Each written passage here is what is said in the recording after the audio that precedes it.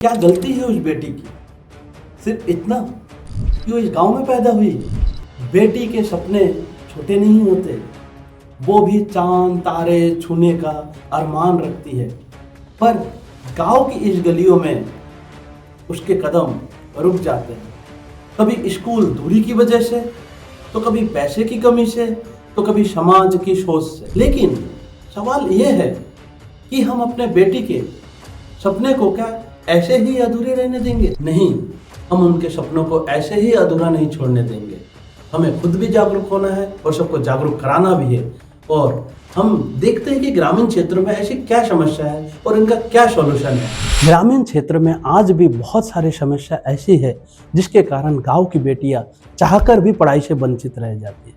उन समस्याओं में मुख्य कारण है एक जो बीमारी के रूप में है गरीबी। नीति आयोग 2023 एमपीआई रिपोर्ट के अनुसार आज भी उत्तराखंड के 26% से अधिक लोग गरीबी रेखा से नीचे जीते हैं और ये अपने आमदनी के लिए खेतीबाड़ी, मजदूरी आदि पर निर्भर रहते हैं। दूसरे रिपोर्ट के अनुसार अभी भी 12 से 18 साल तक की लड़कियां 25 से 30% तक गरीब परिवारों से ही स्कूल छोड़ने की संभावना सबसे ज़्यादा पाई जाती है। और इसके मुख्य कारण क्या है? गरीबी, जिसके कारण ये अधिकतर प्राइवेट स्कूलों की fees, tuition fees, uniform, copy किताब आदि इकट्ठा करने में वंचित रह जाते हैं। दूसरी समस्या है घरेलू जिम्मेदारियां, जहां घर में गरीब परिवारों की बेटियों से कहा जाता है पहले घर संभालो, पढ़ाई बाद में करना।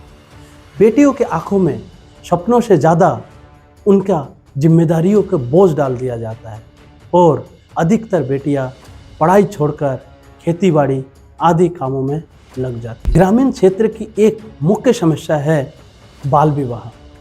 यूनिसेफ की एक रिपोर्ट के अनुसार ग्रामीण क्षेत्र में 18% से भी अधिक लड़कियां 18 साल से ही कम उम्र में शादी कर लेती और उसी समय उनके पढ़ाई का सफ़र खत्म हो जाता है। एक आंकड़े के अनुसार पढ़ी लिखी लड़की की शादी देर से होती है और उनके बच्चे भी अधिकतर स्वस्थ पाए गए हैं। वर्तमान समय में गांव में बाल विवाह एक ज्वलंत बीमारी का कारण बन गया है, चाहे वह सोशल मीडिया के नेगेटिव इफेक्ट के कारण हो या पुरानी सामाजिक सोच के कारण। एक मुख्य समस्या है डिजिटल अंतर। कोविड-19 के तुरंत बाद शहरी इलाकों के साथ साथ ग्रामीण क्षेत्रों में भी ऑनलाइन एजुकेशन सिस्टम बहुत तेजी से आगे बढ़ा है, लेकिन ग्रामीण क्षेत्रों में स्मार्टफोन और इंटरनेट की सुविधा अभी तक नहीं है। और एक सर्वे से पता चला है कि ग्रामीण क्षेत्र में 60% ऐसे हैं जिनके पास अभी भी स्मार्टफोन या डिजिटल सुविधा नहीं है और इसका सीधा असर हमारे गांव की बेटियों पर पड़ रहा है। एक मुख्य समस्या लंबी दूरियां और यातायात की असुविधा है।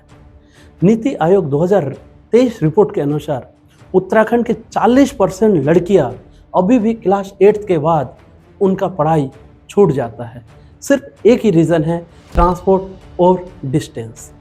उसी प्रकार कुछ लड़कियां या बेटियां जो गांव से है उन्हें रोज़ाना 5 से 10 किलोमीटर पैदल चल के जाना पड़ता है, जिसके कारण कई बार परिवारों को असुरक्षित महसूस होता है। और एक रिपोर्ट के अनुसार ये देखा गया है उत्तराखंड, यूपी, बिहार आदि कई गांव में ऐसी बेटियां हैं जिनमें स्कूल या यातायात की असुविधा होने के कारण वो आज भी उच्च शिक्षा से वंचित रह जा रही है। एक मुख्य समस्या सामाजिक सोच और जागरूकता है। अभी भी ग्रामीण क्षेत्र में ऐसे भी सोच है कि लड़कियों को ज़्यादा पढ़ाने की ज़रूरत नहीं है। अभी भी कहा जाता है कि पढ़ाई करके क्या मिलेगा, एक न एक दिन शादी तो करना ही है। ग्रामीण क्षेत्र में अभी भी लड़कियों की तुलना में लड़कों को पढ़ाई के लिए बहुत ज़्यादा सुविधा दी जाती है। ग्रामीण क्षेत्र में एक मुख्य समस्या है शिक्षा सुविधा की कमी होना। कई ग्रामीण स्कूलों में नारी फ्रेंडली टॉयलेट नहीं है, जिसके कारण कई बेटियां युवावस्था में पढ़ाई छोड़ने को मजबूर हो जाती है और कई स्कूलों में अध्यापिका भी मौजूद नहीं है, जिसके सामने बेटियां कंफर्ट महसूस करती हैं। और कई ग्रामीण बेटियां गवर्नमेंट स्कीम का सही समय पे मिल ना पाना या जानकारी ना होना या स्कॉलरशिप के बारे में सही समय पर पता न चलने के कारण भी पढ़ाई छोड़ने को मजबूर हो जाती है। अगर हम सच में बदलाव लाना चाहते हैं तो हर घर, हर माँ बाप, हर गांव को ये कसम खानी पड़ेगी कि बेटी की पढ़ाई कभी रुकनी नहीं चाहिए, चाहे हालात जैसे भी। क्योंकि याद रखिए, गरीबी के कारण ही बेटियां शिक्षा से वंचित रह जाती है और यही शिक्षा के कारण ही गरीबी दूर हो सकती है। एक शिक्षित महिलाओं का महत्व एक समाज, एक गांव, एक देश के लिए अति आवश्यक है।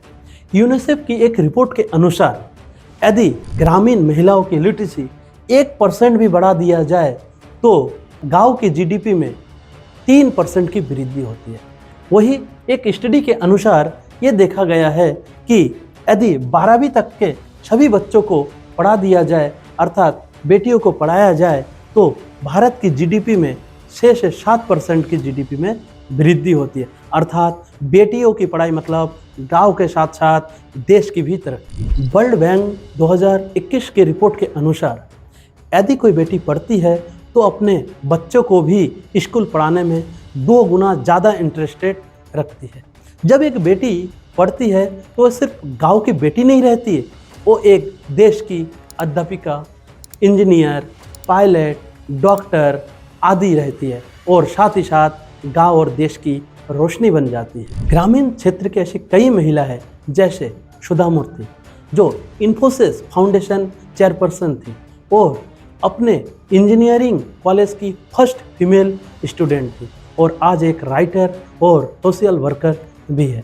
उसी प्रकार कल्पना सरोज जो कि एक छोटे से गांव से आई थी, दलित परिवार और बहुत गरीबी सह के आई है और आज एक मल्टी मिलियनियर बिजनेस वोमैन है। और एक उसी प्रकार एक माना जाना नाम किरण बेदी है जो फर्स्ट आईपीएस महिला ऑफिसर थी, जो स्पोर्ट में बहुत तेज थी और ये एक छोटे से गांव से ही आई थी।